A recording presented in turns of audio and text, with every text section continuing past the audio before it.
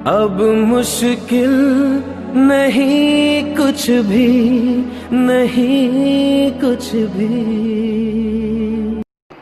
नमस्कार दोस्तों, कैसे हैं आप। मेरा नाम है आकाश सिंह सरस्वार और विवेकानंद एजुकेशन हब में आपका बहुत बहुत स्वागत है।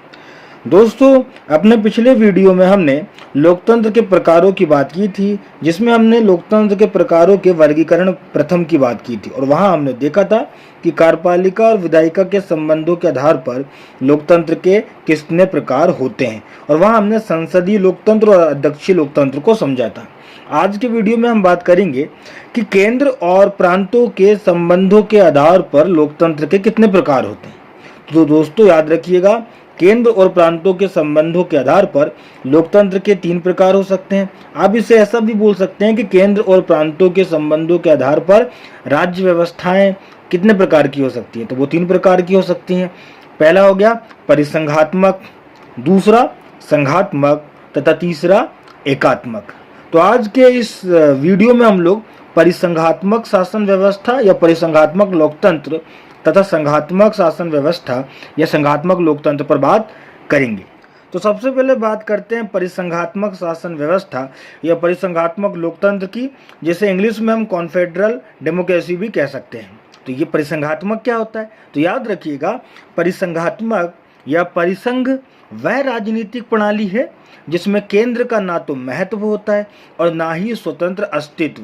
विभिन्न स्वतंत्र प्रांत मिलकर आपस में एक समझौता कर लेते हैं कि कुछ विषयों जैसे विदेश नीति, बाह्य सुरक्षा तथा संचार आदि का प्रशासन वे लोग मिलकर करेंगे और इसके लिए केंद्रीय शासन की व्यवस्था बनाई जाती है। कहने का तात्पर्य यह है कि परिसंघात्मक शासन व्यवस्था का निर्माण ही प्रांतों की इच्छा से होता है। प्रांत चाहते हैं तभी वो आपस में मिलते हैं और मिलने के बाद एक समझौता कर लेते हैं कि जो महत्वपूर्ण मामले हैं, जैसे राष्ट्रीय अंतर्राष्ट्रीय मामले हो सकते हैं, जो फॉरेन पॉलिसी, बाह्य सुरक्षा, संचार के मामले हो सकते हैं, उनकी देखरेख के लिए वो सारे मामले केंद्रीय सत्ता को सौंप दिया जाता है, जिसे केंद्र सरकार कहा जाता है। बाकी सारे मामले जो है लोक व्यवस्था हुआ, पुलिस हुआ, भूमि का मामले हुए, शिक्षा, स्वास्थ्य, ये सारे मामले प्रांत अपने पास रखते हैं। तो दोस्तों, ये व्यवस्था जो है वो परिसंघात्मक शासन व्यवस्था कहलाती है। अब यहाँ एक बात याद रखिए, ये जो प्रांत आपस में समझौता करते हैं, इन प्रांतों को यह स्वतंत्रता हमेशा रहती है कि यदि वे चाहे तो परिसंघ से अलग हो सकते हैं।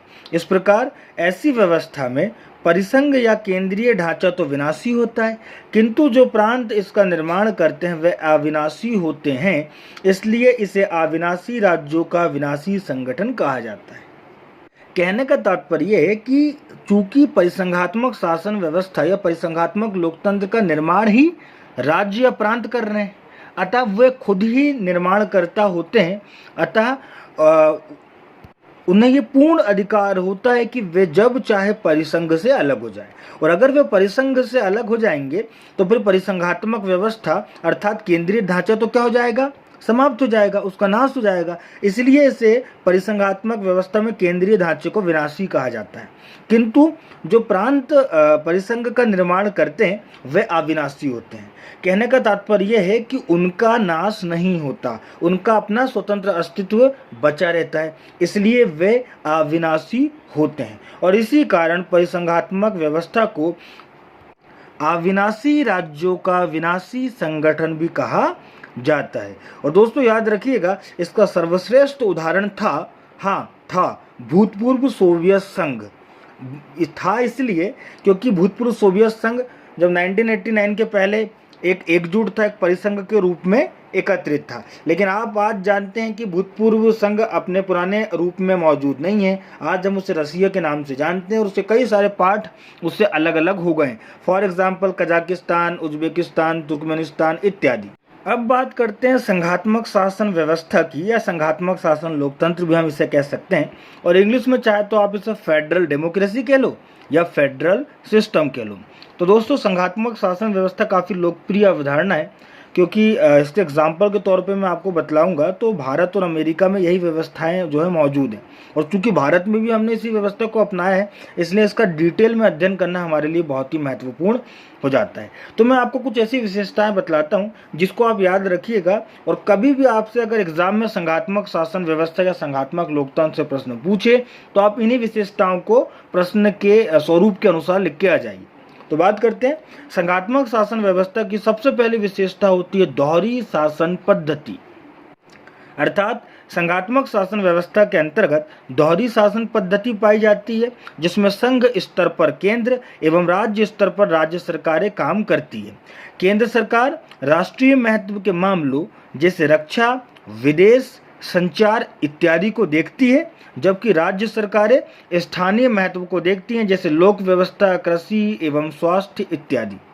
तो इस प्रकार संघात्मक शासन व्यवस्था में दोहरी शासन पद्धति होती है, मतलब केंद्रीय स्तर पर केंद्र सरकार काम करेगी और राज्य स्तर पर राज्य सरकार काम करेगी, और दोनों अपने अपने कार्यों को करती हैं। संघात्मक शासन व्यवस्था की दूसरी विशेषता लिखित संविधान। इसमें लिखित संविधान होता है क्योंकि लिखित संविधान से ही शक्तियां तथा दायित्व का बंटवारा व्यवस्थित ढंग से हो सकता है।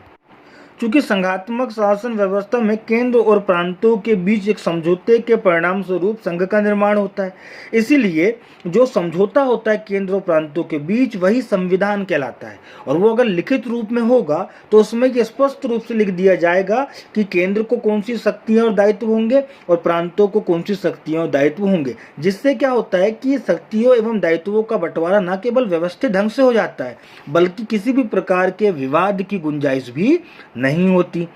अगली संघात्मक शासन व्यवस्था की विशेषता है शक्तियों का स्पष्ट विभाजन। इसमें केंद्रीय और प्रांतीय सरकारों के बीच शक्तियों का स्पष्ट विभाजन होता है। एग्जाम्पल के तौर में बात करूं तो भारत भी एक संघ है, और आपने बात सुना होगा भारतीय संविधान में 7वीं अनुसूची शामिल है, जिसमें शक्तियों अर्थात विषयों को 3 भागों में बांट दिया गया, केंद्रीय सूची, राज्य सूची और समवर्ती सूची। केंद्रीय सूची में वे विषय शामिल है जिस पर केंद्र कानून बनाएगा, राज्य सूची में वे विषय शामिल है जिसमें राज्य कानून बनाएंगे, और समवर्ती सूची में दोनों कानून बना सकते हैं लेकिन विवाद होने पर केंद्रीय कानून को प्राथमिकता दी जाती है। तो आपने गौर किया कि भारत भी एक संघ है, और भारत में जिस प्रकार शक्तियों का स्पष्ट विभाजन किया गया है इसी प्रकार हर संघात्मक व्यवस्था में ऐसा विभाजन किया जाता है। अब बात करते हैं अगली विशेषता की, जो है संविधान की सर्वोच्चता। तो संघात्मक व्यवस्था में केंद्र और प्रांतों के मध्य स्थापित संघात्मक व्यवस्था को मजबूत बनाए रखने हेतु संविधान की सर्वोच्चता का सिद्धांत अपनाया जाता है। संविधान को सर्वोच्च स्तर इसलिए प्रदान किया जाता है क्योंकि संविधान भी वह समझौता है जिसके आधार पर केंद्र और प्रांत आपस में जुड़े हुए हैं और एक संघ का निर्माण किए हुए हैं। तो अगर संविधान ही कमजोर रहेगा, संविधान ही मौजूद नहीं रहेगा, तो फिर संघ भी मौजूद नहीं रह पाएगा। इसीलिए संविधान को सर्वोच्च रूप में स्वीकार किया जाता है, और जब भी केंद्र और प्रांतों के बीच कोई भी विवाद होता है तो उसका निराकरण संविधान के उपबंधों के अनुसार ही किया जाता है। संघात्मक शासन व्यवस्था की एक और महत्वपूर्ण विशेषता है कठोर संविधान या रिजिड कॉन्स्टिट्यूशन। अब सवाल आता है कि कठोर संविधान क्या होता है? तो बिल्कुल याद रखिएगा, जिस संविधान में संशोधन करना कठिन होता है वह संविधान कठोर या रिजिड कॉन्स्टिट्यूशन कहलाता है, और जिस संविधान में संशोधन करना आसान होता है वह फ्लेक्सिबल कॉन्स्टिट्यूशन या लचीला संविधान कहलाता है। अब संघात्मक व्यवस्था के अंतर्गत कठोर संविधान की व्यवस्था इसलिए अपनाई जाती है ताकि संघात्मक संरचना सुरक्षित रहे और प्रांतों को अपनी शक्तियां अक्षुण्ण बने रहने की निश्चिंतता भी प्राप्त हो, क्योंकि संविधान ही वह समझौता है जो एक और संघात्मक व्यवस्था को दर्शाता है तो दूसरी ओर ये भी बतलाता है कि प्रांतों को किस प्रकार की शक्तियां होंगी। तो अगर संविधान कठोर होगा तो फिर प्रांतों को दी गई शक्तियों और संघात्मक व्यवस्था में संशोधन करना भी कठिन होगा। इस प्रकार संघात्मक व्यवस्था मजबूत बनी रहेगी। अगली महत्वपूर्ण विशेषता है स्वतंत्र न्यायपालिका। चूंकि संघीय व्यवस्था में केंद्र और प्रांत सरकारों के बीच शक्तियों का बंटवारा एक लिखित संविधान के अनुसार होता है, अतः संविधान की सुरक्षा और उसका सही निर्वचन करने हेतु स्वतंत्र न्यायपालिका की स्थापना भी की जाती है। कहने का तात्पर्य है कि केंद्र और प्रांतीय सरकारों के बीच शक्तियों का बंटवारा संविधान के ही अनुसार होता है। इसीलिए संघात्मक व्यवस्था में ये बहुत महत्वपूर्ण बन जाता है कि उस संविधान की सुरक्षा की जा सके और उसका सही निर्वचन अर्थात उसकी सही व्याख्या की जा सके।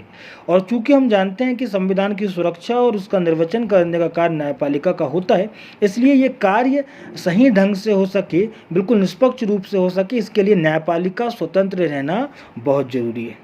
अब अगली महत्वपूर्ण विशेषता है द्विसदनवाद। अब ये द्विसदनवाद क्या होता है? तो द्विसदनवाद का मतलब है कि विधायिका में 2 सदनों की उपस्थिति। अगर विधायिका में 2 सदन है तो हम कहेंगे कि राज्य व्यवस्था में द्विसदनवाद की स्थापना की गई है। तो भारतीय संघात्मक व्यवस्था में भी द्विसदनीय व्यवस्था पाई गई है। संसद का एक सदन कहलाता है लोकसभा।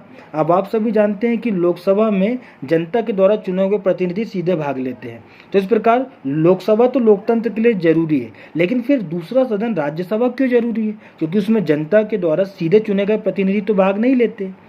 लेकिन राज्यसभा की स्थापना इसलिए की जाती है ताकि प्रांतों के सदस्यों को भी केंद्रीय स्तर पर प्रतिनिधित्व दिया जा सके। अब ये कैसे होता है? क्योंकि राज्यसभा के सदस्यों का चुनाव राज्यों की विधानसभाओं के सदस्य अर्थात विधायक करते हैं। तो एक प्रकार से राज्यसभा के सदस्य विभिन्न राज्यों के प्रतिनिधित्व होते हैं और राज्यसभा की भी भूमिका केंद्रीय स्तर पर विधि निर्माण में होती है। इसलिए हमने कहा कि प्रांतों के सदस्यों को भी केंद्रीय स्तर पर प्रतिनिधित्व देने के लिए राज्यसभा की स्थापना की जाती है। तो दोस्तों, ये था आज का कार्यक्रम। उम्मीद है आपको ये पसंद आया होगा। मिलते हैं अपने अगले वीडियो में नए विषय के साथ। Thank you very much.